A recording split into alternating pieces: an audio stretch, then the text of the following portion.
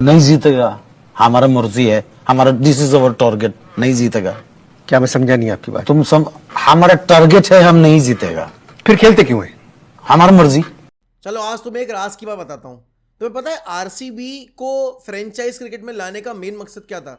कि लोगों के ऊपर सोशल एक्सपेरिमेंट किया जा सके, जिससे कि पता लगे कि एक इंसान जो कि एक टीम को सपोर्ट करता है किस हद तक यहां पर हार, गम और जो दुख है बर्दाश्त कर सकता है। भाई यहां पर आरसीबी को एक आप फ्रेंचाइज तरह ट्रीट मत करो। ये एक ऐसा एक्सपेरिमेंट है जहां पर आपकी एंड्योरेंस, जहां पर आपका आप बोलोगे एग्रेशन, और जहां पर सबसे इंपॉर्टेंटली आपके पेशेंस टेस्ट होते हैं। क्योंकि आरसीबी से गलीच फ्रेंचाइज मैंने देखी नहीं है। RCB is not a franchise. पहली बात तो RCB is not a cricket team.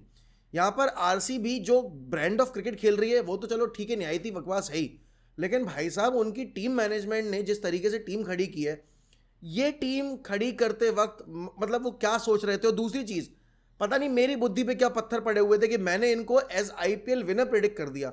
मैं कह रहा हूं कि भाई मुंबई वर्सेस आरसीबी का मैच होगा फाइनल में, और यहां पर आरसीबी जो है वो टाइटल लिफ्ट करेगी। अबे ये 10th फिनिश करेंगे भाई, इतनी गंदी बॉलिंग इनकी, फुल टॉस एफसी साली। अब खुद सोचो, सामने ईशान किशन है, सामने रोहित शर्मा है, और वो भी प्लेयर छोड़ दो, आप कैसे डाल सकते हो भाई सूर्य कुमार यादव को फुल टॉस पे फुल टॉस? भाई वो बंदा ऐसी विकेट्स के ऊपर 200-250 की स्ट्राइक रेट से खेलता है और आप उसको फुल टॉस यहां खिला रहे हो। आपके एक भी बॉलर ने ट्राई नहीं किया यहां पर कि चलो ठीक है विकेट लेने का ट्राई करते हैं। बट देन अगेन यही है हाल, और यही हाल रहा है आरसीबी का। एंड मुंबई इंडियंस को ऐसी एक टीम चाहिए थी जो उनको फॉर्म में लाके दे। पिछले मैच में आपके सूर्य कुमार यादव ने 0 बनाया, इस मैच में आकर उन्होंने यहां पर ऐसी तैसी फेर दी। 19 बॉलों में 51-52 रन बनाए, यहां पर 5 चौके और 4 छक्के, 273 की स्ट्राइक रेट से। देन हार्दिक पांड्या ने भी 6 बॉलों में यहां पर 21 रन बनाए, 3 छक्के ही मारे सिर्फ, 350 की स्ट्राइक रेट। आप देखो ईशान किशन 202 की स्ट्राइक रेट से यहां पर 34 बॉल में 69 रन बना के गए, 7 चौके 5 छक्के। एंड आई थिंक कल जो ईशान किशन की इनिंग्स थी ना, उन्होंने अपने नाम को बहुत अच्छे से काबिज किया है कि भाई देखो अगर आप मुझे लेकर जाओगे यहाँ पर T20 वर्ल्ड कप स्क्वाड में तो आपको ये दूंगा। और अभी जो जायसवाल की इनिंग्स चल रही हैं, अभी जिस तरीके से आपने देखा है कि हमारे बाकी ओपनर्स जो हैं वो स्ट्रगल कर रहे हैं, उसमें ईशान किशन की दावेदारी बहुत सेंस बनाती है। यहाँ पर कल मैच शुरू हुआ, मुंबई ने पहले बॉलिंग ली, मुझे पता था यहाँ पर एनीथिंग लेस देन 220। और आपने मेरा अगर प्रीव्यू देखा है आपको पता होगा, मैंने प्रीव्यू में साफ साफ बोला था आरसीबी एट वानखेड़े अगर वो 220 से कुछ भी नीचे स्कोर करते हैं, मैच शुरू होने से पहले खत्म हो जाएगा सेकंड इनिंग्स की। क्योंकि यहां पर आपको पता है मुंबई की बैटिंग डेप्थ कितनी ज्यादा है। आप यहां पर रोहित को आउट करोगे, उनके पास ईशान किशन है। ईशान किशन को आउट करोगे, उनके पास यहां पर सूर्य कुमार यादव है। सूर्य कुमार यादव को आउट करोगे, तिलक वर्मा है। तिलक वर्मा को आउट करोगे, हार्दिक पांड्या है। हार्दिक पांड्या को आउट करोगे, यहां पर उनके पास रोमारियो शेफर्ड है। उसको आउट करोगे, उनके पास टिम डेविड है। तो उनके पास प्लेयर्स की कमी नहीं है। और यहां पर वो चीज आरसीबी की आप बोलोगे टीम समझ नहीं पाई। कल कोहली का बल्ला नहीं चला, कोहली शुरू से ही परेशान लग रहे थे। जस्ट भाई देखो यार, एक ऐसा विकेट जहां पर बाकी सारे गेंदबाज आपके 10-11 बेसिक इकोनॉमी पे रन देके गए, वहां पर द ग्रेटेस्ट बॉलर अभी करंट टाइम में अगर मैं बात करूं ना, आप बोलोगे कि भाई रीसेंसी बायसनेस से जो भी है, 4 ओवर में 21 रन देके 5 विकेट, पूरी आरसीबी की बॉलिंग बैटिंग यूनिट की कमर तोड़ दी यहां पे जसप्रीत बुमराह ने। And not just that, the quality of wickets जो लिए उन्होंने वो उसकी ग्रेटनेस बताता है। भाई वो बंदा टो क्रशर्स मार रहा है, वो बंदा यहाँ पर आपको शॉर्ट बॉल पे टेस्ट कर रहा है। आपके आरसीबी के बॉलर्स ने भी शॉर्ट बॉल डाली, आपके मुंबई के बाकी बॉलर्स ने भी शॉर्ट बॉल डाली, आकाश मधवाल वगैरह, बट वो उस लेवल पे ऑपरेट ही नहीं कर पाए। एंड देखो यार, रन्स तो बने हैं यहाँ पर। दिनेश कार्तिक की आपको तारीफ करनी पड़ेगी। भगवान जाने कौन सी यहाँ पर घुट्टी घोल के पी लेते हैं आपके दिनेश कार्तिक। जैसे ही वर्ल्ड कप ईयर आता है भाई, उनके अंदर का वो जो राक्षस है वो जाग जाता है। बंदा विकेट के पीछे ही खेले जा रहा था, उसने एक ही ओवर में 4 बाउंड्री विकेट के पीछे ही मार दी, और उसके बाद छक्के मार रहा है वो आखिरी ओवर में। मतलब एक वक्त पे लगा था कि शायद 180 मुश्किल होंगे, लेकिन आखिरी ओवर में आते आते यहाँ पर आपके दिनेश कार्तिक ने रन्स की गति जो थी वो बढ़ा दी, और दूसरे एंड पर भी उनका साथ देने के लिए प्लेयर खड़े हुए थे। यहाँ पर आप बोलोगे दिनेश कार्तिक ने बनाए। देन रजत पाटीदार, अभी इस पूरे टूर्नामेंट में रजत पाटीदार का बल्ला नहीं चला, लेकिन कल उन्होंने भी 192 की स्ट्राइक रेट पर 50 स्कोर कर दी 26 बॉलों में। देन फाफ डुप्लेसी, शुरू में विकेट गिर गए आपके, तब उनको थोड़ा सा रोक के खेलना पड़ा, फिर बाद में उन्होंने हाथ खोले, अल्टीमेटली आउट हो गए। बट यहां पर आपको आरसीबी की टीम में एक खिलाड़ी जो सबसे बड़ा फ्रॉड बना बैठा है, दैट इज ग्लेन मैक्सवेल। ये मैं पिछले 3-4 मैचेस से बोल रहा हूं कि आपने यहाँ पर ग्लेन मैक्सवेल को इतने मौके दे दिए, अब आई थिंक आपको चेंजेस करने की जरूरत है। विल जैक्स आए, attitude wise, body language wise, आपके टेम्परामेंट वाइज काफ़ी सही लग रहे थे, लेकिन उनका भी यहाँ पर आप बोलोगे जिस तरीके से विकेट गया है वो खुद नाखुश होंगे। But among all the batsman जो कि काम नहीं किए उसमें विल जैक्स का मैं नाम लूंगा, जो कि थोड़े कॉन्फिडेंट लग रहे थे।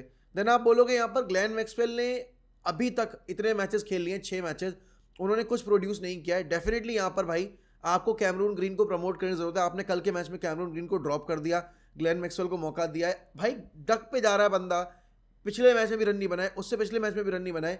एक तो उसको सिचुएशन के अकॉर्डिंग खेलना नहीं आता। कुछ प्लेयर्स होते हैं जो कि भाई सिचुएशन देख के खेलते हैं।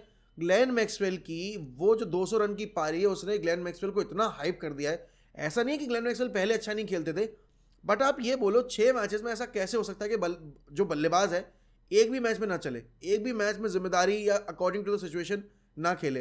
देखो आरसीबी मैनेजमेंट को कॉल तो लेना पड़ेगा यहाँ पे, बट भाई आरसीबी की बॉलिंग यूनिट इतनी ज़्यादा खराब है ना, मतलब नेट्स में जो गेंद, मुझे पता नहीं समझ में नहीं आता ये इनके जो गेंदबाज हैं ये नेट्स में विराट वगैरह को बॉलिंग नहीं कराते क्या? इनको मार नहीं पड़ती क्या?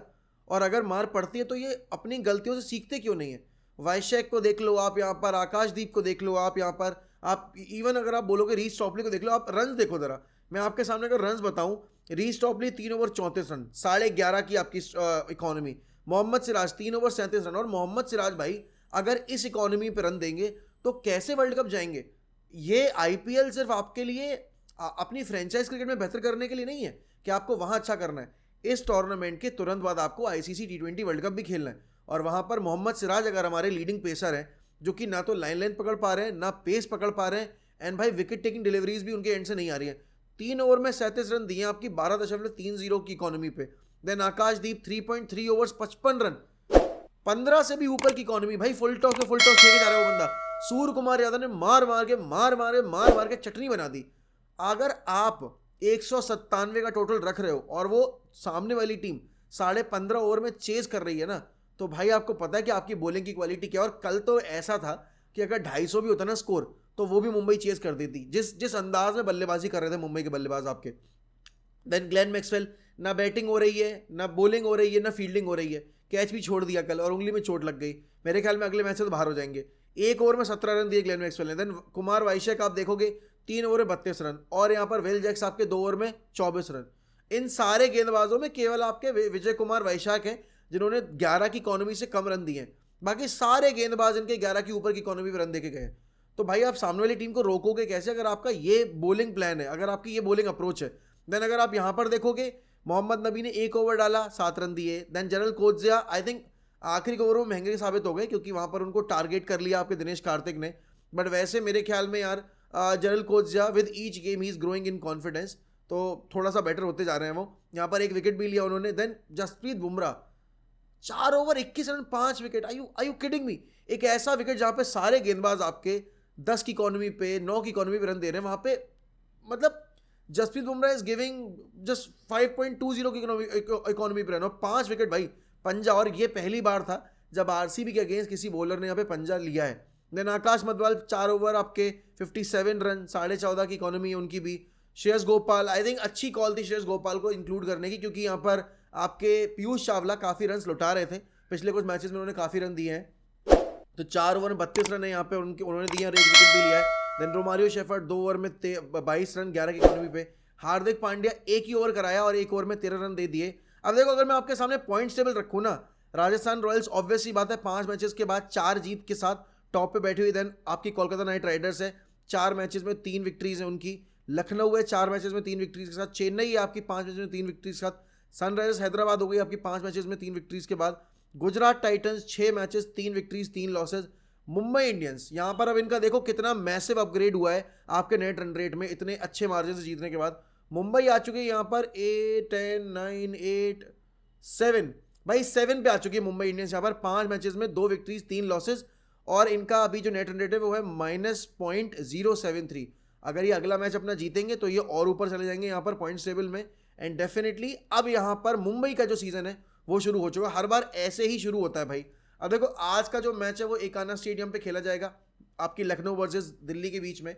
दिल्ली पिछले कुछ मैचेस से अच्छा परफॉर्म नहीं कर रही है, और पिछले मैच में तो उनका मतलब अगर बैटिंग परफॉर्मेंस देखूँ काफ़ी ज़्यादा एवरेज था। आपके ऋषभ पंत के बल्ले से पिछले मैच में रन नहीं बने और वो सेटल भी नहीं लग रहे थे। और मेरे ख्याल में जो उनका कल उस पिछले मैच का बैटिंग ऑर्डर था, उन्होंने पता नहीं क्या डिसाइड किया। एकाना पे लखनऊ को हराना बहुत मुश्किल है। मतलब डिफेंडिंग की जब बात आती है, एकाना पे लखनऊ कैन इवन डिफेंड 130, 135। इतना अच्छा उनका रिकॉर्ड है एकाना पे डिफेंड करते हुए। चेस करते में भी देखो एकाना का विकेट स्लो रहता है, आपको हाई स्कोरिंग फिक्चर्स देखने को नहीं मिलेंगे, may be around 160 175, but I think थोड़ा सा विकेट चेंज हुआ होगा over the course of the IPL. तो यहाँ पर I am expecting 170 175 kind of a wicket. KL Rahul देखो अब यही वाली बात है, केएल राहुल रन्स कितने भी बना लें, लेकिन आईपीएल की परफॉर्मेंस के बेसिस पर उनका टीम इंडिया में आना मेरे ख्याल में तो कहीं से नहीं दिख रहा मुझे। क्यों? क्योंकि यहाँ पर ऑप्शन आपके ओपनर्स के तौर पर बहुत ज़्यादा है। तो यहाँ पर अगर लोअर डाउन दी ऑर्डर आते हैं, मिडिल ऑर्डर में खेलते हैं केएल राहुल, तो सेंस थोड़ा सा बनता भी है। बट इस पॉइंट ऑफ टाइम पे भाई आप यही बोलोगे केएल राहुल का बल्ला चाहे जितना भी चले सिलेक्शन नहीं होने वाला। ऑल्दो यहाँ पर आप ये बोलोगे कि इंडियन टीम में बॉलिंग यूनिट के तौर पर अभी बहुत ओपन प्लेसेस हैं आपके। आप बोलोगे यहाँ पर मोहम्मद सिराज की परफॉर्मेंस जैसी रही है, उनको देखकर आपको नहीं, मुझे तो नहीं लग रहा कि भाई Mohammed Siraj deserves to be in the T20 World Cup squad, क्योंकि जो विकेट टेकिंग आपके वो भी रहते हैं, विकेट्स रहते हैं, वहाँ पर भी उनकी बॉलिंग एवरेज रही है। और वैसे इन जनरल तो वो खराब खेल ही रहे हैं। कल तो आपके पास चिन्नास्वामी का भी बहाना नहीं था भाई कि चिन्नास्वामी पे गेंदबाजी कर रहा हूँ मैं, छोटा ग्राउंड है। ऑब्वियसली बात है वानखेड़े भी कोई बहुत बड़ा ग्राउंड नहीं है, बट स्टिल यार वहीं उसी विकेट के ऊपर आपके ही जो साथी हैं इंडियन टीम के, बुमराह, वो इतनी अच्छी डिलीवरी डाल के गए, वो इतने अच्छे स्पेल डाल के गए, और आप यहाँ पर फ्री फंड के रन लौटा के जा रहे हो, फुल टॉसेस पे डाल रहे हो, आप शॉर्ट पे डिलीवरीज डाल रहे हो, एंड कितना मार पड़ी है भाई। वो जो ईशान किशन का वो शॉट था ना late cut, I think that was one hell of a shot. और कल के पूरे दिन का जो बेस्ट शॉट था that came from Hardik Pandya, वो जो मैच विनिंग सिक्स था भाई, गजब। लेकिन आप लोग बताओ भाई, आपके हिसाब से आरसीबी की हालत और कितनी बद से बदतर होगी। और भाई देखो ऐसा है,